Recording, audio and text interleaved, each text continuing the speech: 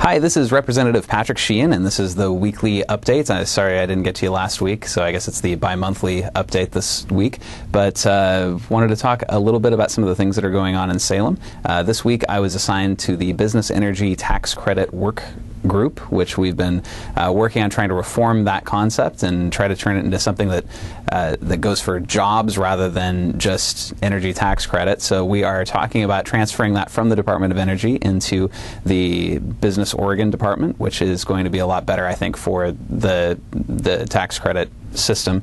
Wanted to talk to you a little bit more also about funeral civility. This is the measure that we brought forward that would put protesters 300 feet from the edge of a funeral or a memorial service. This is moving forward. We are trying to get this thing voted through the committee. We have been negotiating all sorts of different amendments, and in the end we've decided that the amendments probably take some of the teeth out of the bill. So we're trying to move forward with the bill as it was originally drafted, as I like it, and so we're going to keep moving forward with that. So hope to see that real soon.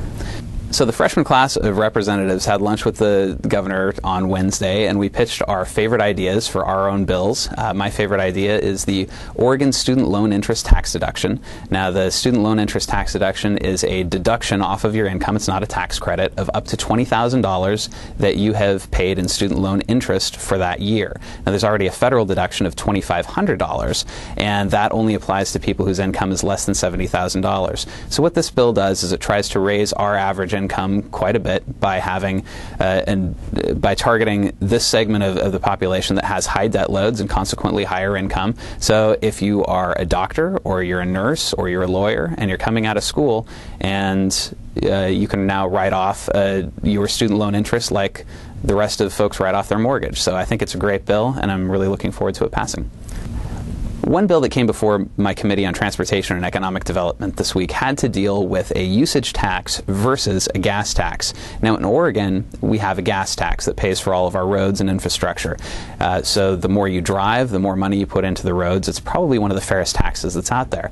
We're talking about changing this a little bit for the newer vehicles that are coming on the road that aren't going to be consuming as much gas or any gas at all. And so this would have a usage fee for electric vehicles. So this actually meters the amount of electricity you're pulling off, or takes an odometer reading and says how much you've actually driven since the last time you plugged in, and calculates basically like a gas tax from this. So I'm in favor of this. I'm looking forward to seeing how it comes out of committee. Right now, the per mile amount is a little low, but there's something called a -7 amendment that Senator Bruce Starr brought in that brings that more in line with an average gas tax consumption. So very much in favor of the -7 amendments and getting electric vehicles paying their fair share as more of those come onto the market.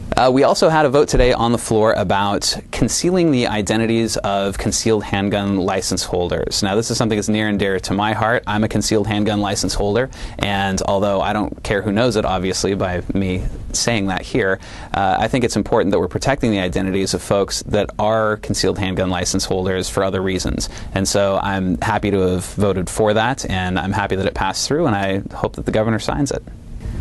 So in conclusion, it's been a fairly short update here, so send us your questions. You can send questions to Patrick at patricksheehan.org, or you can visit me online at patricksheehan.org and post a question on Facebook. I'll answer it here or answer it personally. You can also reach me at the Capitol at 503-986-1451.